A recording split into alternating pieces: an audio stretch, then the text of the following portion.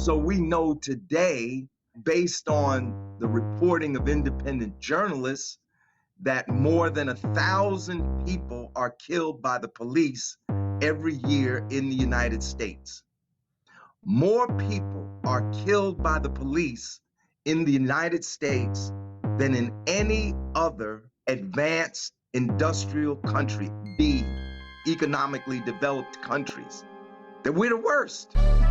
Welcome to Official Ignorance, the Death in Custody podcast, hosted by Dr. Roger Mitchell Jr. and Professor Jay Aronson.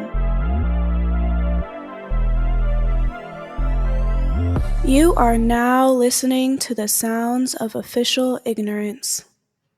Hey Jay, we're back again on the Official Ignorance, the Death in Custody podcast, and I'm really excited today, Jay, because I have one of my mentors, someone who has been in the work surrounding death in custody much longer than I, but obviously just been a part of my life in kind of formulating my ideas around this issue. But I just want to see how you're doing, Jay. How's it going? I'm doing well. I'm super excited about talking to you again. We've had a couple of weeks off for vacation and work meetings and all the rest. And this guest, he's someone whose name I've heard more than pretty much anyone else's in your stories, in the conversations we've had about this, and really in how you started your journey to being who you are. So I don't want to chit chat for too long. I want to get straight into this one. So I'm going to let you introduce our guest because I have so many questions to ask him. Yeah. Well, I want our audience to welcome Mr. Larry Hamm from the People's Organization for Progress. We want an end to the use of excessive force. We want an end to the violation of our constitutional rights. We want an end to unjust arrest. We want an end to police brutality. We want an end to the murder of unarmed civilians. And first and foremost, in that regard, we want police review boards with subpoena power. Larry, it's good to see you, sir. It's good to see you, Roger. Absolutely. Well, we're going to jump right in because our listeners and even people that are listening to this podcast that have already started reading the book have heard and seen your name on the pages. Tell us a little bit about Larry Hamm and the organization, People's Organization for Progress, and how you started. Well, Larry Hamm was raised in Newark, New Jersey, as a product of Newark Public Schools, began to come of age politically during the 1967 rebellion that occurred in Newark, New Jersey. We just passed the 56th anniversary. More popularly, the rebellion is known as the Newark riots, but we don't refer to it as a riot. We don't think that adequately describes what happened in Newark in 1967. We saw it as a rebellion against racial oppression. I was a young teenager at the time. I think I had just turned 13. And although I grew up in an overwhelmingly Black community, I grew up, in those days it was called the inner city. Now the whole city is the inner city.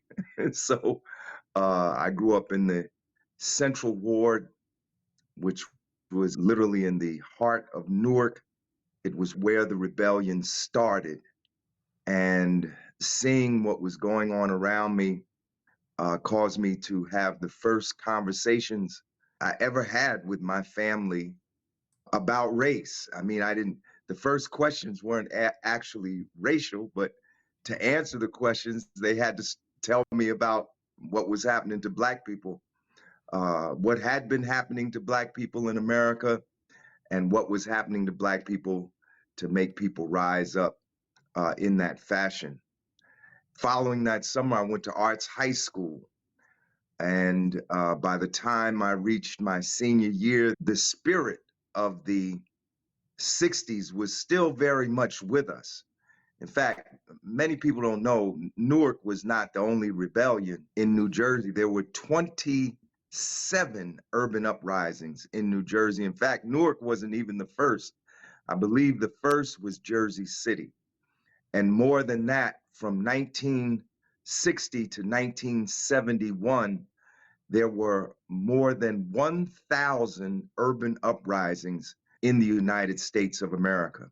And this is why many people refer to that period as a revolutionary period, not simply because of what people were saying and what people were doing, but because people were collectively rising up against a system of racial oppression in this country. In my senior year, 1971, that was the beginning of my sojourn on the path of political activism. I was the leader of the student government at Arts High School, led a walkout, a march, and a sit-in, all in the same day. And that led to me being appointed literally weeks later to the Newark Board of Education in July of 1971, becoming the youngest person ever appointed to a school board in the United States at that time. And I think I still hold the record because I wasn't even 18 years old. I was 17. I wasn't even old enough to vote. So the 3 years I was on the board was a period of intense political activism. Almost immediately after I was appointed to the board, I came into contact with one of the national leaders of the Black Power movement in the United States at that time. That was Amiri Baraka. I was very much influenced by the political thinking and analysis and perspective of Amiri Baraka. And then when my 3-year term was up on the board, I returned to Princeton University, where I had been accepted as a student. And while I was at Princeton, I was one of the leaders of the anti-apartheid movement on Princeton's campus. And in my senior year, led a sit-in and takeover of Nassau Hall, which was the main administration building. We took that building over for several days. And as a result, Princeton divested from several corporations that were doing business with the racist apartheid regime. When I returned to Newark in 1980, I wanted to continue my political activism. I was married. I had a daughter at the time, doing grown folk stuff, but I still wanted to be an activist. So I actually got together with some of the folks who had been in the student movement in Newark as high school students. We all grown now. Some own houses. We had families, wives and husbands, but we wanted to continue to fight. So in 1981, we began a series of political discussions. Those discussions led to the formation of the People's Organization for Progress, whose mission is to work for racial, social, economic justice and peace. And for some years, our work was primarily educational and agitational. We participated in a lot of coalitions. In the early years, POP was quite involved in the 1984 and 1988 campaigns of Reverend Jesse Jackson for president. We were key in the formation of the first chartered chapter of the Rainbow Coalition in New Jersey. We formed a coalition called the Malcolm X Commemoration Coalition that started our annual commemorations of the birthday of Malcolm X. In fact, I was the coordinator of the Million Man March Coalition, which mobilized over 75,000 men out of New Jersey to the Million Man March. So we did a lot of coalition work, but it was in the late 90s that we began to move in the direction of building the People's Organization for Progress as a powerful organization. And the issue that brought us there was the issue of police brutality. In the beginning, it wasn't even cases in New Jersey. I remember one of the first forums we had on police brutality at the Newark Public Library had to do with Abner Louima, who was tortured in a Brooklyn, I believe it was Brooklyn police station. It was so outrageous. The manner in which he had been tortured was so outrageous that it caused an outcry throughout the entire New York metropolitan area. And we began to mobilize in Newark around that case. And then following Abner Louima was the case of Amadou Diallo, which was February of 1999, and who was, I mean, now that we know the history of police brutality, we know that there were cases more egregious than that of Amadou Diallo. But at that time, in 1999, to hear that a Black man had been fired upon 41 times, it was as outrageous as what had been done to Louima, because Louima lived, but Amadou Diallo was killed. But literally 2 months after the death of Amadou Diallo, a case occurred in Orange, New Jersey, that of Earl Faison. And it was the Earl Faison case, in which you, Roger, were very much involved, that literally transformed the People's Organization for Progress from an organization that was doing educational work, coalition work, consciousness raising work, to an organization dedicated to mobilizing, putting people in the streets, putting their bodies on the line in the fight against police brutality. And it was in that case, which I know we will explore, that you and I came into contact with each other. And that was a fortuitous meeting. Thank you so much. That was an amazing history, not only of your work, what was going on in Newark, what was going on in New Jersey and the U.S. So I feel like we got a whole history lesson there. I was wondering if you could tell us a little bit more about how you found out about Earl Faison's death, his murder, and what your initial reaction was in the context of what you knew about Black history and about policing in the U.S. and in Newark as well. Well, the issue of police brutality was an issue that the People's Organization for Progress was aware of and concerned about. And as I said, in the early years, there was a case in the early 90s, Tasha Mays, who had been killed by police from Hillside and Newark. She happened to be in a van. She was picked up by someone in the van, presumably a friend, and they were traveling and stopped at the border of Hillside and Newark. And the number of shots could not be counted. The van was riddled with bullet holes. You couldn't count. It was just, like maybe hundreds of shots. She was killed. Another person in the van was killed. And she was pregnant, and a pregnant child was killed. And we were working with another group at that time, the National United Youth Council. In fact, I was with him yesterday on a case where a young man was killed in Elizabeth, New Jersey last week. Now, that was in the early 90s. So, we knew we were doing some agitational work around the issue of police brutality, but it wasn't in the manner that happened like the Faison case. I believe that the day I heard about the Faison case, I was in the kitchen, my home in Montclair, New Jersey at that time. And I got a call from a fellow named DeLacy Davis. I don't know, Roger, if you remember DeLacy. Absolutely. DeLacy Davis was with a group called Black Cops Against Police Brutality, which had begun to draw attention around some of those cases I had mentioned earlier, like Abner Louima and Amadou Diallo and others. So Earl Faison was killed, I believe, on April the 11th, 1999. It was in the newspapers.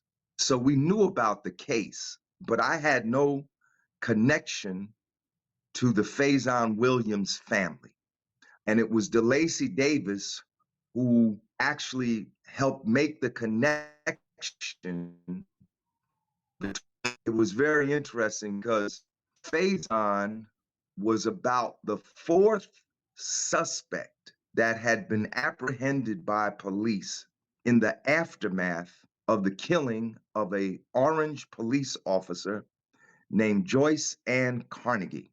She was killed near Tony Galento Plaza, and she was shot to death. And it was such an outrage. In fact, that's really how we came to the Faison case, not on Faison, but on the death of Carnegie, because the media had zeroed in on this, because Joyce Carnegie was a Black woman and a police officer.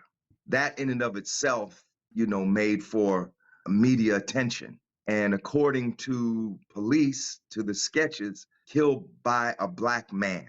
And at that time, I don't know if you can remember the way things were, but there was a hysteria about crime, particularly crime in the Black community, and not unfounded. I'm not going to try to belittle the issue of crime in our community, but there was a hysteria.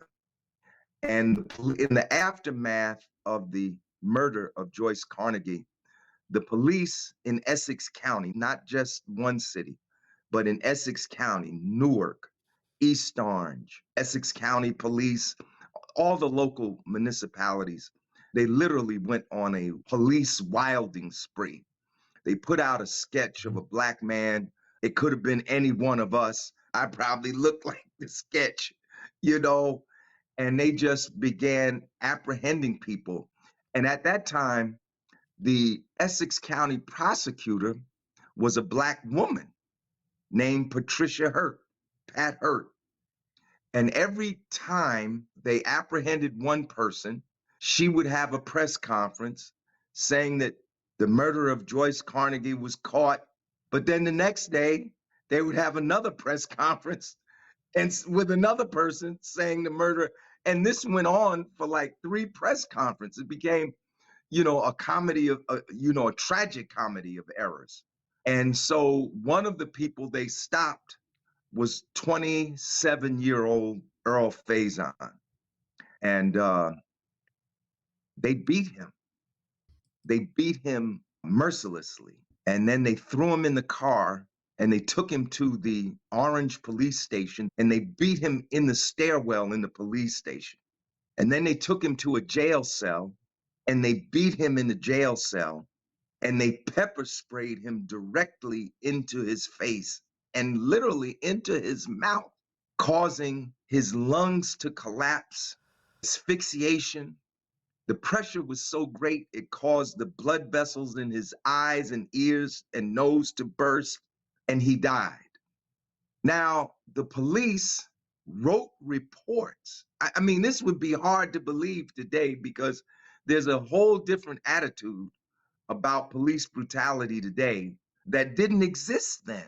Even in the aftermath of the murder of Amadou Diallo, the public, Black and white, was more sympathetic to the perpetrators of police brutality than to its victims. Larry, you've talked a little bit about what the climate was like during that time, and I find it interesting how you describe the sentiment surrounding police brutality, that there really wasn't that many groups that were finding police brutality as appalling as it actually was.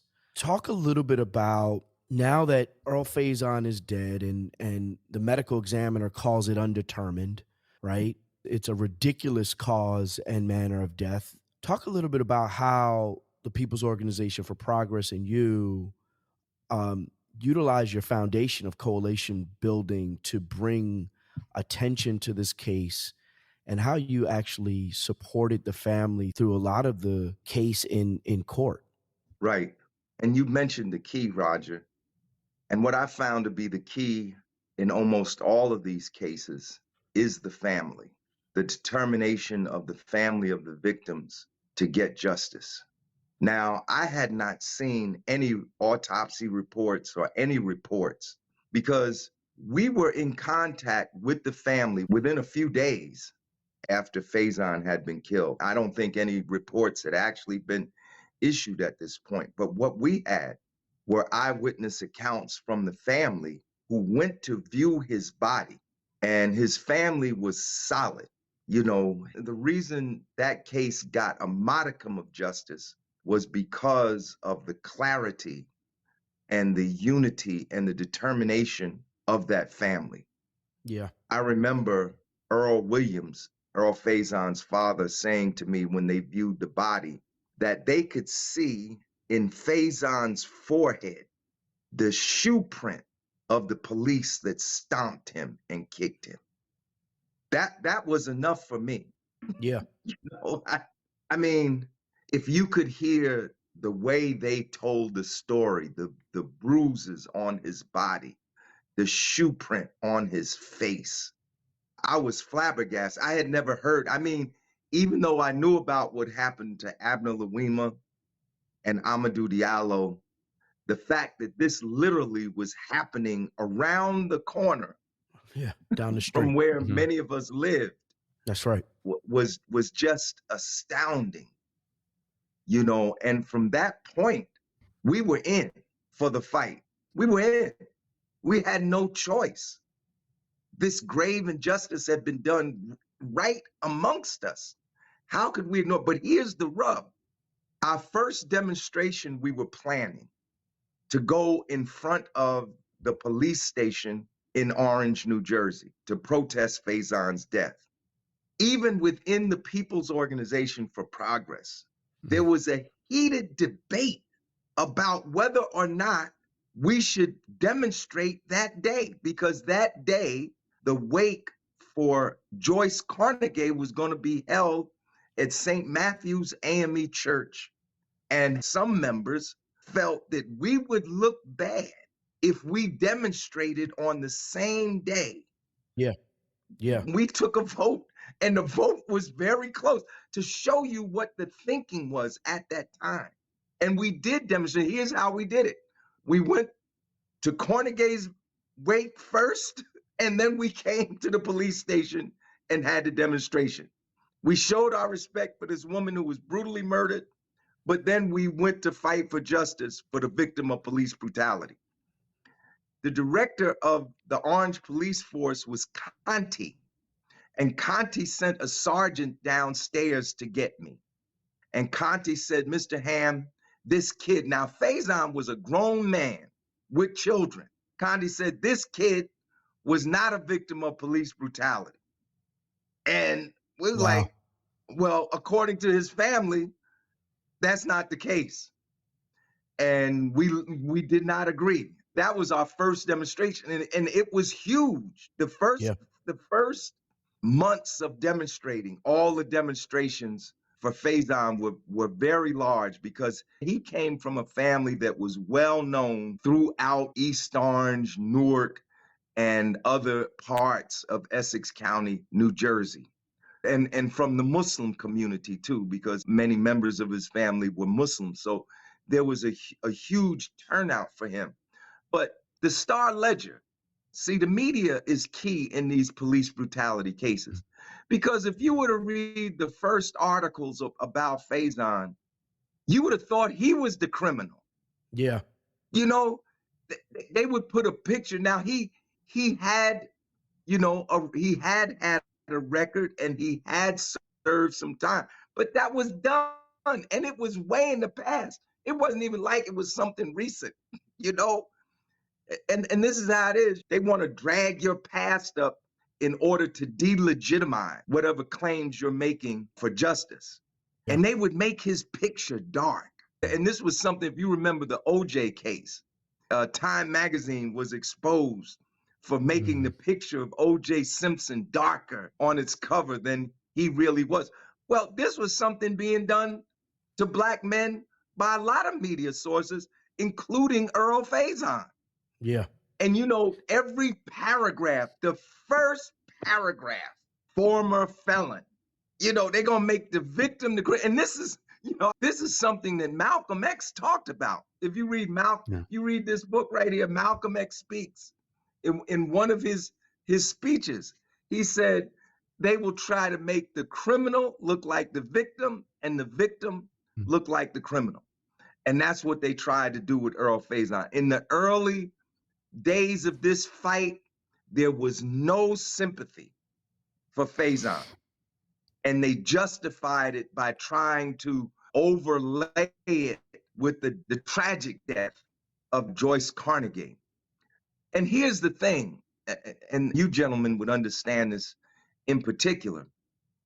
The county prosecutor, Patricia Hurt, never launched a homicide investigation into the death of Earl Faison.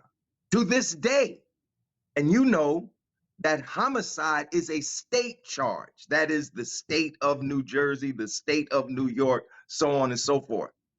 The charges against the officers were federal charges, civil rights violations, and conspiracy. The county of Essex never brought a homicide investigation. This was outrageous.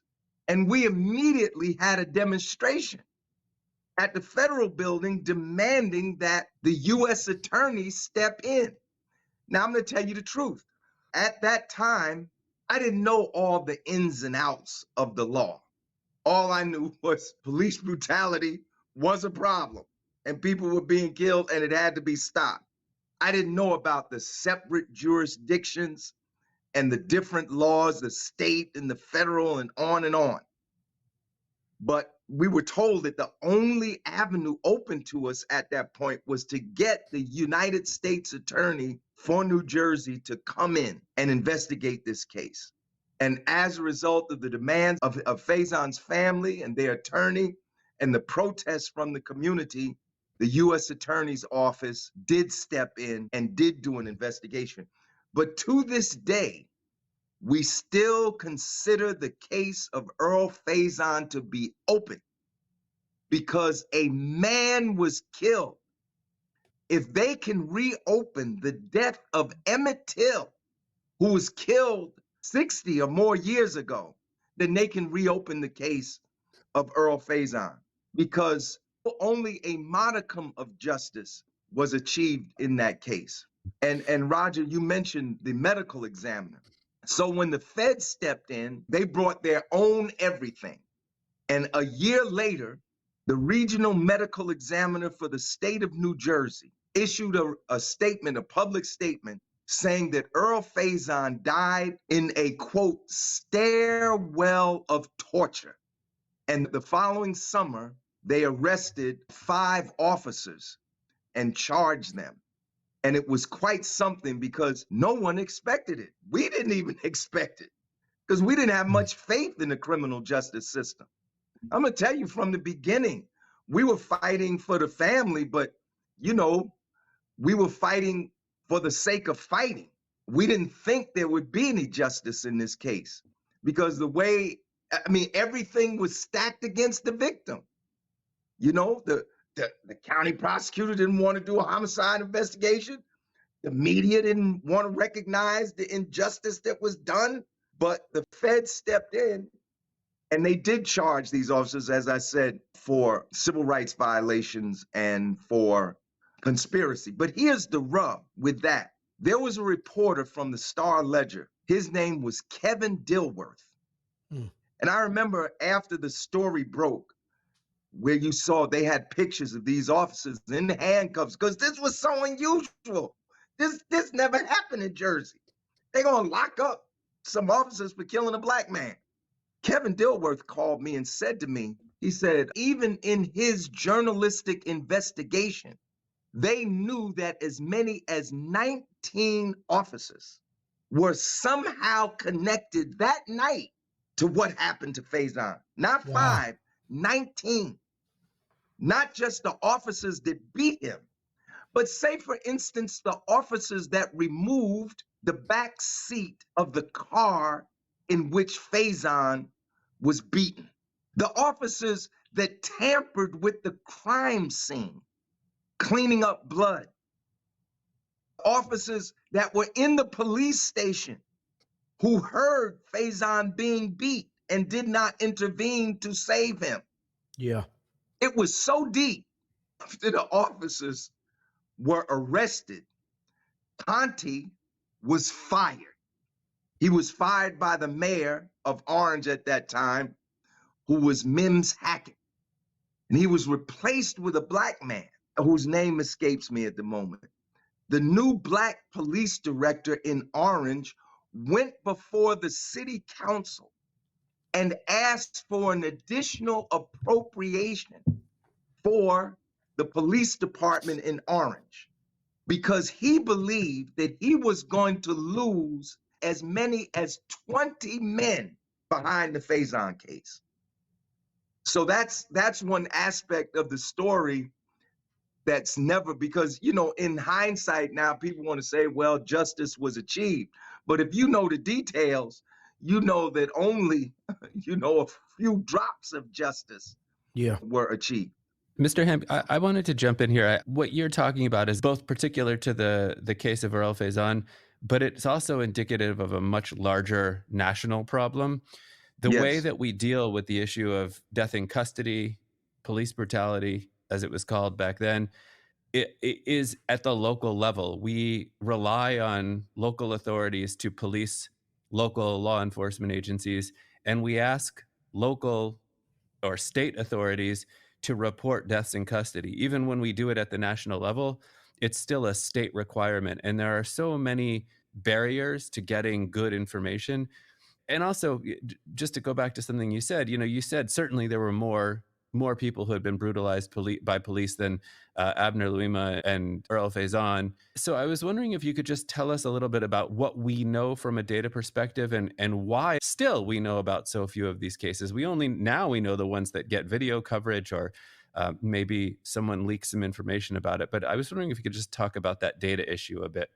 Right. Well, the data issue is a serious issue because until you know the dimensions of a problem, how can you solve the problem? You know, you said that the states require police to report the data, but there's no penalty if they don't report the data. So they don't report the data. It's only in recent years that people even started to try to count.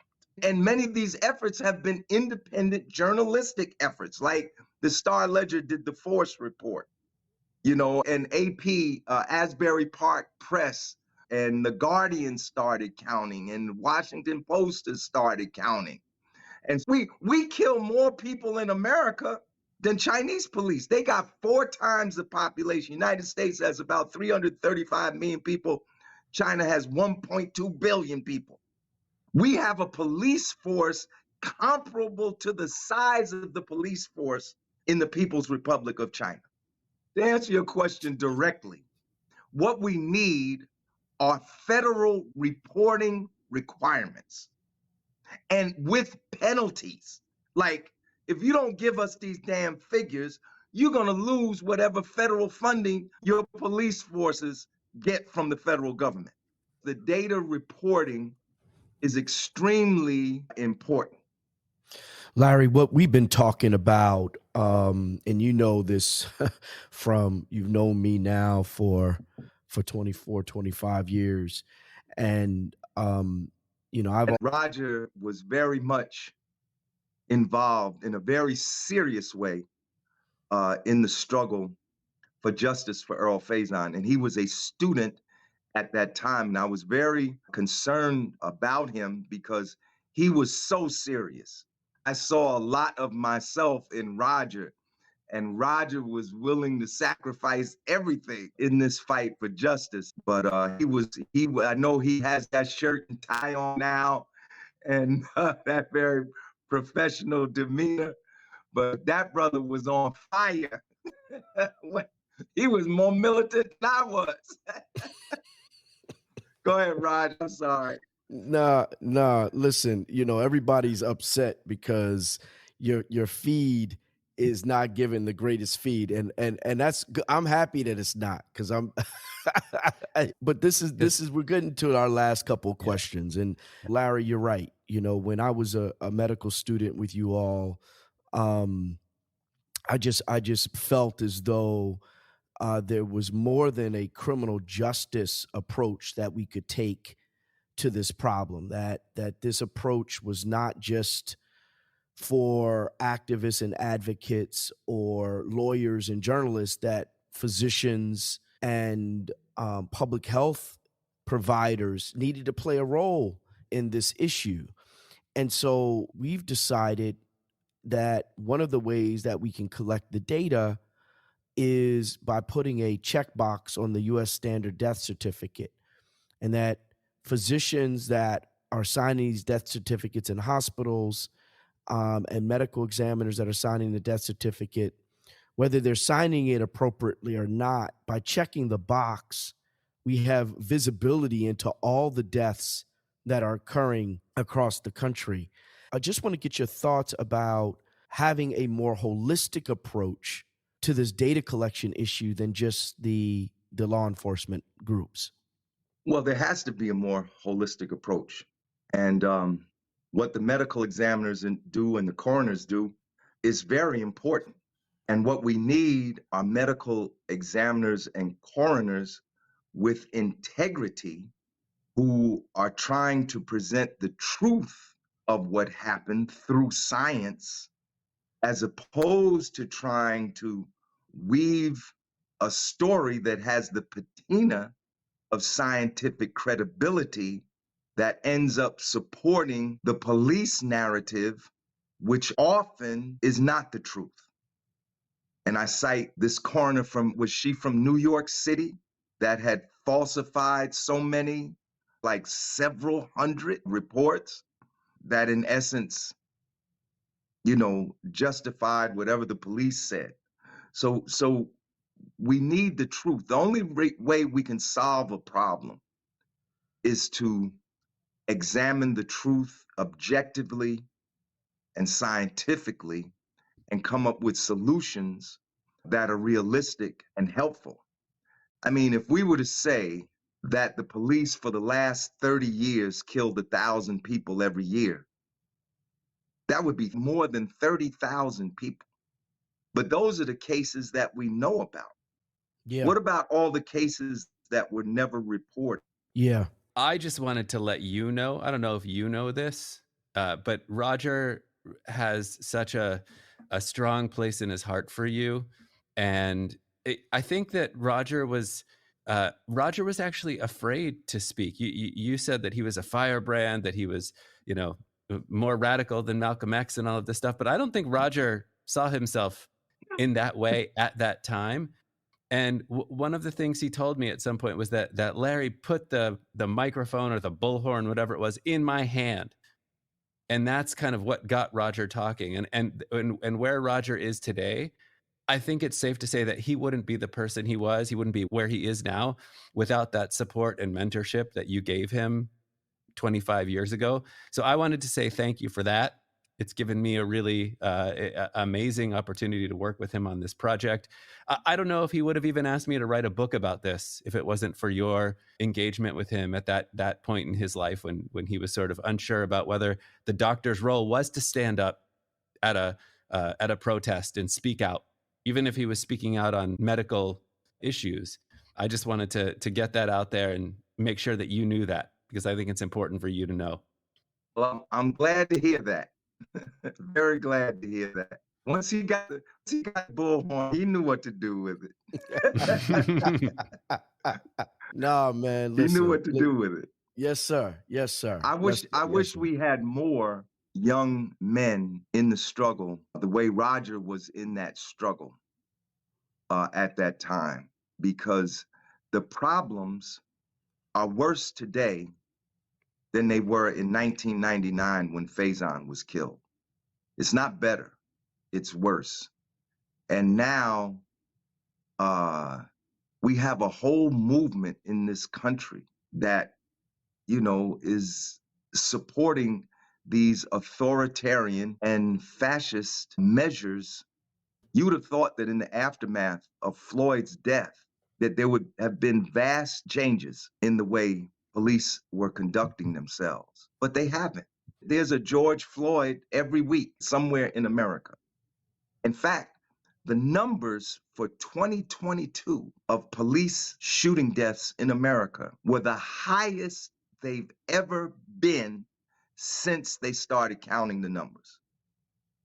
Think about that. That's just what we know. That's what's been reported or recorded. I just wanted to thank you for everything you've done for Newark and for Roger and for everyone else. And it was great to meet you in person. Love you so much, man. All right. Bye-bye. Jay, we talked about this earlier, how death in custody has been pervasive, and both of us have come to this space in a little bit different way. You through the human rights lens globally, and understanding that you didn't have to look too far from our own country to know that these constitutional issues and were happening here. And I came into this because there was a death literally right down the street from where I was living of an individual who died secondary to police brutality.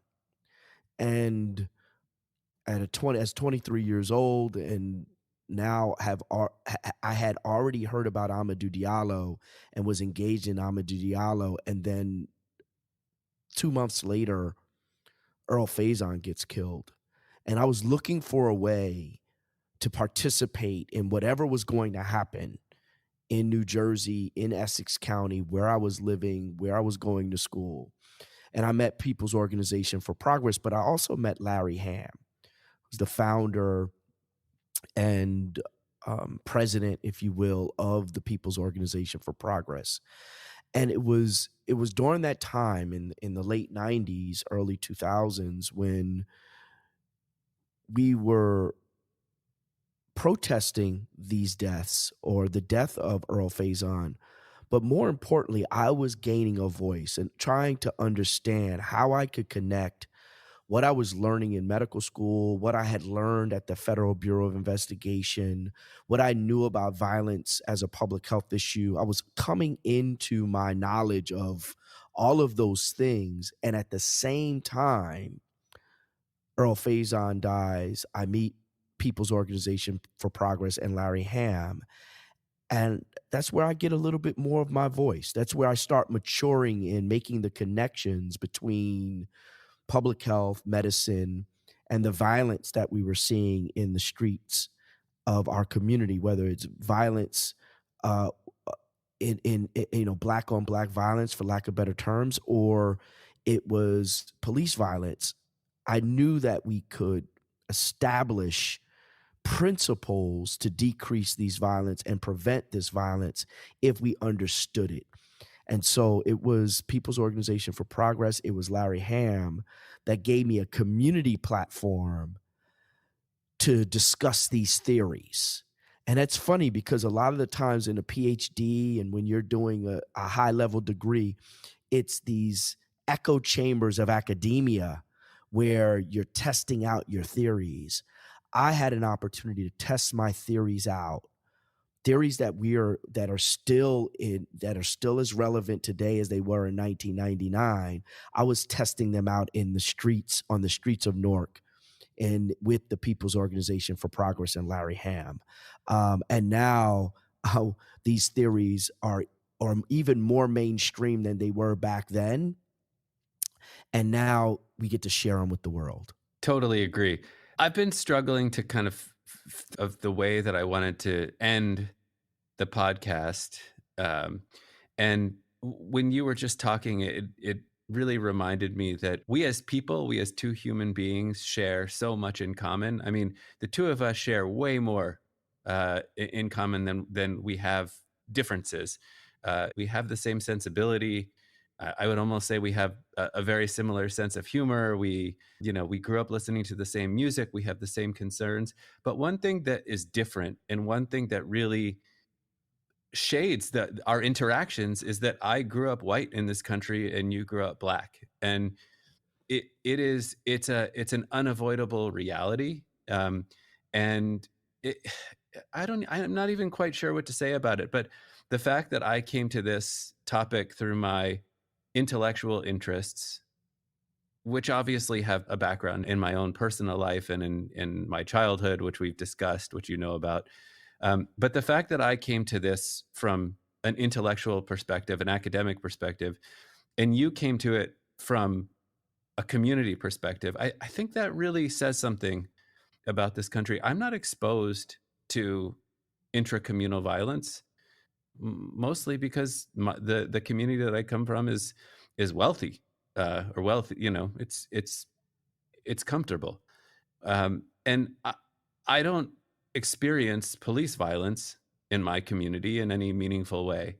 And it just, I don't even know where to go with it. I don't know what it means. But it just says something about the United States that you have two people focused on the same issue, care about it deeply, but come about it from such different perspectives. I think it's valuable to see both, but I really don't think it's possible to understand death in custody without really knowing the impact that it has on communities and feeling it. I don't think I would have ever done this project without your involvement, with your guidance, with your presence, because I feel like there would be something that I could never gain access to, even if I could write a brilliant book about it. There was something about doing this book, doing this project, doing the podcast with you that gave me insight in big ways and small ways about why it matters.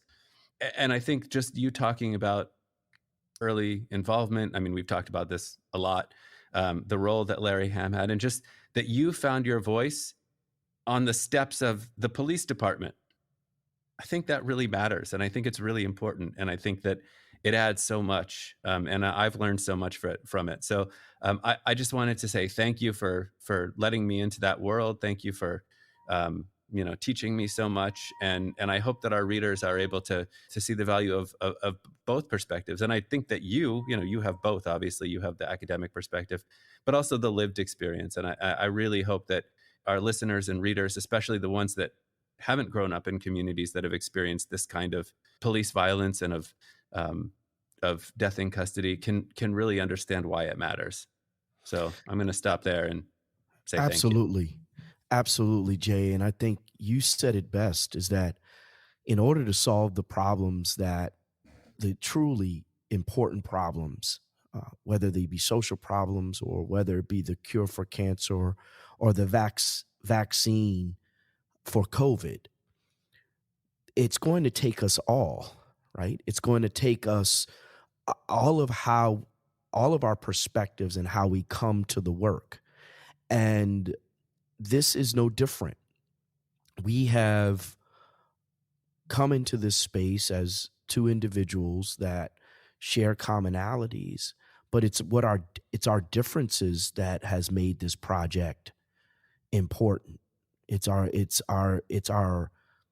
experiences, our training, our ability to use our talents. Each one of us has particular talents that we're using for this collaboration. And it's so critically important for our listeners to understand that if we are going to solve these hard problems, that we're going to have to collaborate in a way that moves the ball forward. I think we've done a good job here. And I think that this is not the last that individuals will hear from us, but it's also, I think, has the ability to, I think it also allows for our book to live forever and to be foundational for future historians, future human rights activists and advocates, future public health officials, future attorneys, physicians, community members. And I think that's the power of what we've done here. We've created something that even crosses genres as it relates to the person that we're trying to touch. We were asked so many times, who's the audience for our book? And who's the audience, I guess, even for this podcast? And I think the answer to that is whoever's willing to listen, whoever's willing to read it. You're our audience. And because you're our audience, we want you to take what you've learned in this podcast, take what you've learned in this book, and apply it. Apply it to justice, apply it to freedom, apply it to relationships, and apply it to the future ideal of what this country can be. Because these are the types of things that are required if we're going to do so. Well, I can't top that. So I'm just going to say amen and goodbye. And until next season, if they give us one. Jay, you're great, man.